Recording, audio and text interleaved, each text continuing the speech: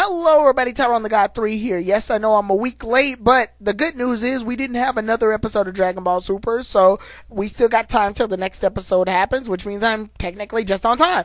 So anyway, yeah, this is the review of Dragon Ball Super episode 121. The episode is titled An All-Out War, the Ultimate Quadruple Merge versus Universe 7's Full-Scale Attack. Now, there's something about this episode that kind of bothers me. I mean, I guess for the sake of epicness, you can say, oh, this episode was epic, because that's kind of all it was just epic. And me personally, as much as I love shonen anime, and as much as I just love anime in general, and epic moments in anime and stuff, I usually only like epic moments if they're followed up with some build-up or substance, and this was just sort of, look how much epic shit we can feel in 30 minutes. And that sort of bothered me. I don't know, just...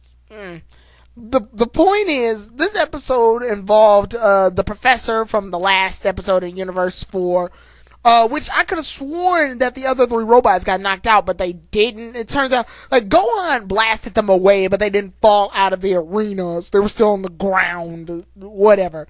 So the professor fused himself with all three of the robots, and it created a monster known as Anilaza, which is, from what I can see, is a Hirudegan Hatchak Janemba hybrid, because that's what it looks like. It looks like a Hatchak from Plan to Eradicate the Saiyans, and then it's got the size of Hirudegan from Wrath of the Dragon, and then it's got the same dimensional attacks as Janemba from Fusion Reborn, and it's just like, okay, whatever, cool. So anyway, this thing's wreaking havoc, and here's what annoys me the most about this entire episode. Universe 11's there, and they even deflect an attack from this thing, and they just choose not to fight. And I know what you're thinking, oh, they didn't need to fight, this is Universe 7, whatever. First, I'm not even talking about fighting Anilaza. From a survival strategic perspective, Universe 11 could have complimented on Universe 7's struggle against Anilaza by just wiping them out while the fight was happening.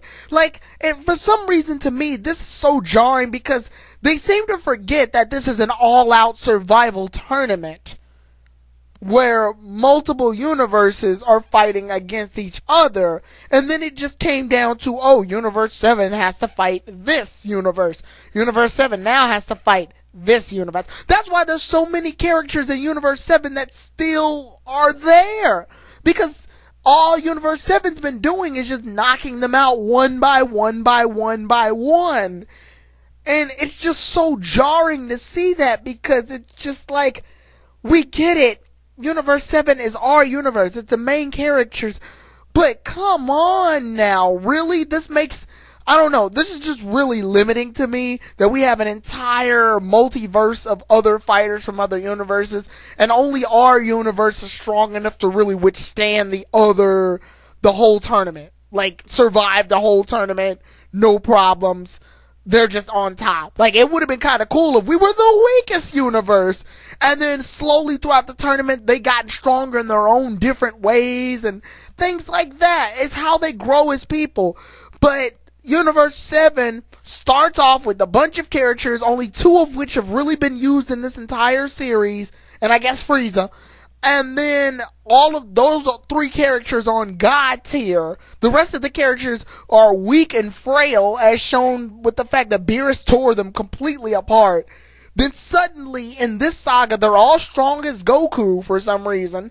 And then they all just have the ability to keep up with everybody and surpass everybody, with only Universe 11 being a real threat. And by Universe 11, we just mean Jiren, because Dispo and Toppo are ambiguously strong, but pretty much Goku and Vegeta can beat those two. It's just they have Jiren. And what annoys me the most about this is that since it's an all-out tournament, why don't Jiren, Dispo, and Toppo take the advantages of seeing the other fighters struggle and beat them up? Like, I don't know. From a strategic point, that makes the most sense. But no, Universe 11 just sits there and watches Universe 7 fight off against Ani Laza, and that annoys the hell out of me. They just watch as if there isn't a timer that's ticking away. And if that timer goes up, everybody loses. So it's just like, really? Universe 11? You're just gonna sit there? You're not gonna try to fight off against Goku and the others? You're not gonna try to fight Ani Laza? You're not gonna do nothing? You're just there waiting for Goku and the others as if this is a video game and you're the next stage or something?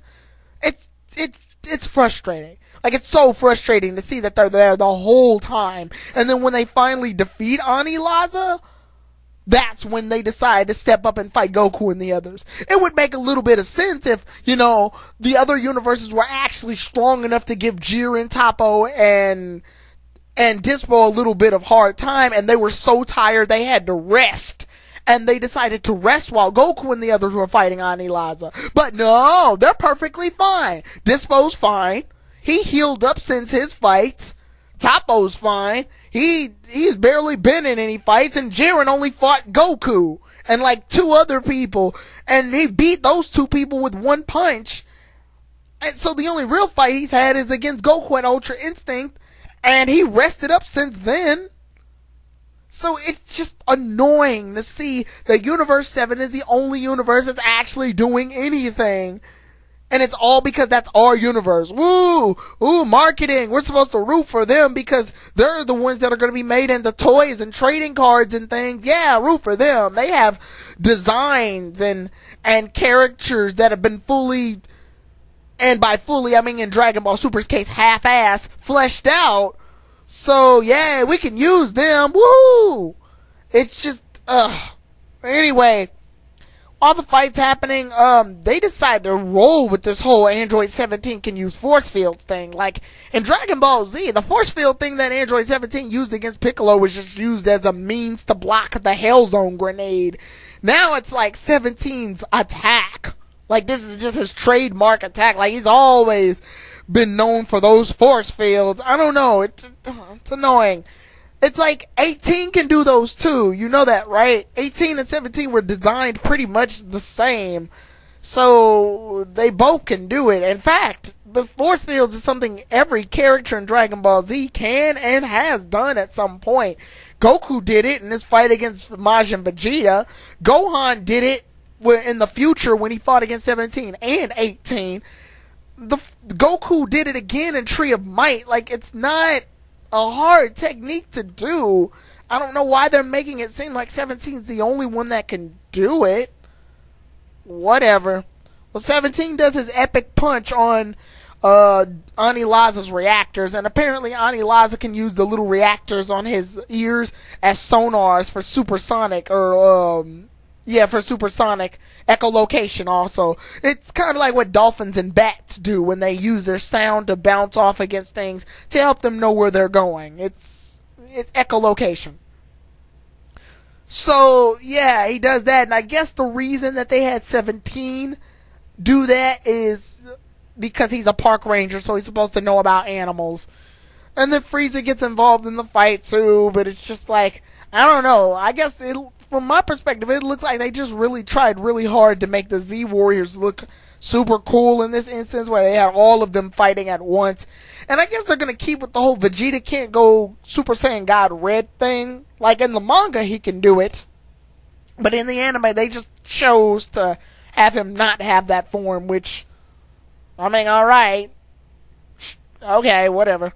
But after that, and 18 gets knocked out. And the reason 18 gets knocked out is because she sacrificed herself. There was a lot of saving in this one, too. Like, Goku was going to get knocked out, and then Frieza saved him, and that already makes me cringe, because you guys got to remember, this is Frieza. Frieza hates Goku. And this isn't like Vegeta, who hates Goku because of some pride thing or some rivalry thing. No, like, Frieza legitimately hates Goku. Like, Frieza has a backed up reason to hate Goku.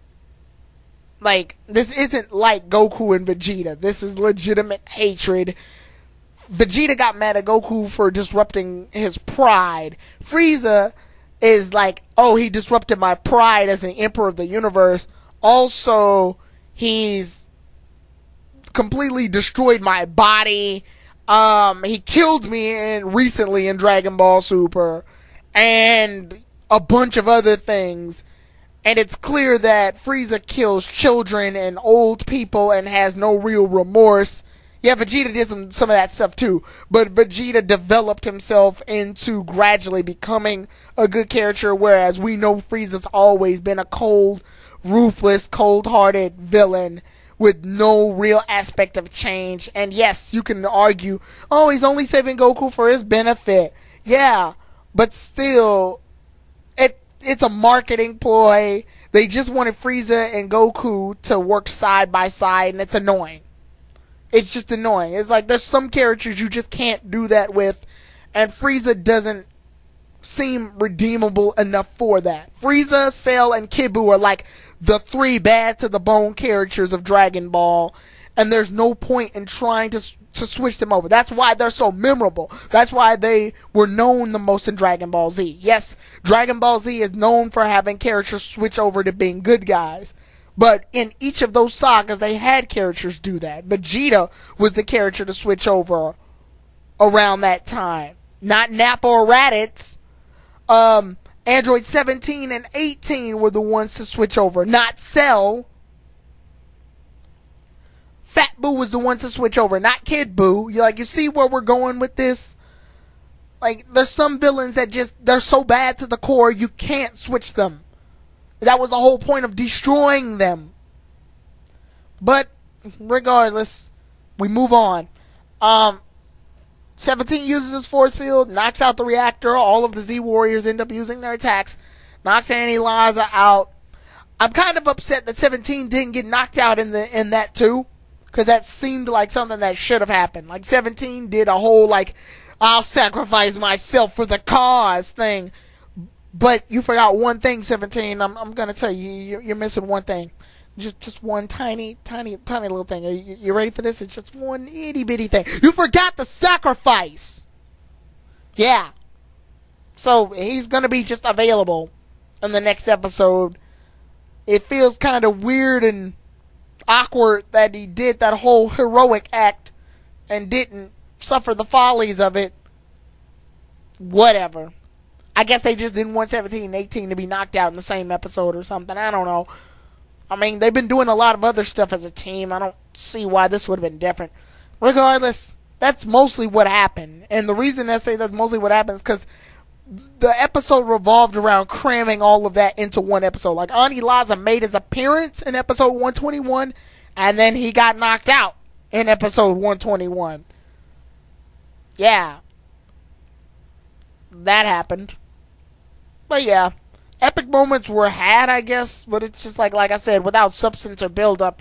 It was just, ooh, look at the Z-Warriors fight a giant monster. The end. But regardless, we must move forward. And by move forward, I mean we move on to the next episode, which is episode 122. For one's own pride, Vegeta's challenging to be the strongest. Or should I say challenge to be the strongest. Sorry about that. It also kind of weirds me out, if you've already seen the previews, that Goku fought at Kaioken Blue. Yeah, that's what I call it when he's at Super Saiyan Blue using Kaioken. He used Kaioken Blue against Jiren and Law and got his butt kicked. But Vegeta's doing perfectly fine against Jiren on Super Saiyan Blue. Whatever. But until then, see you all then, everybody. Tyrone the God 3, out.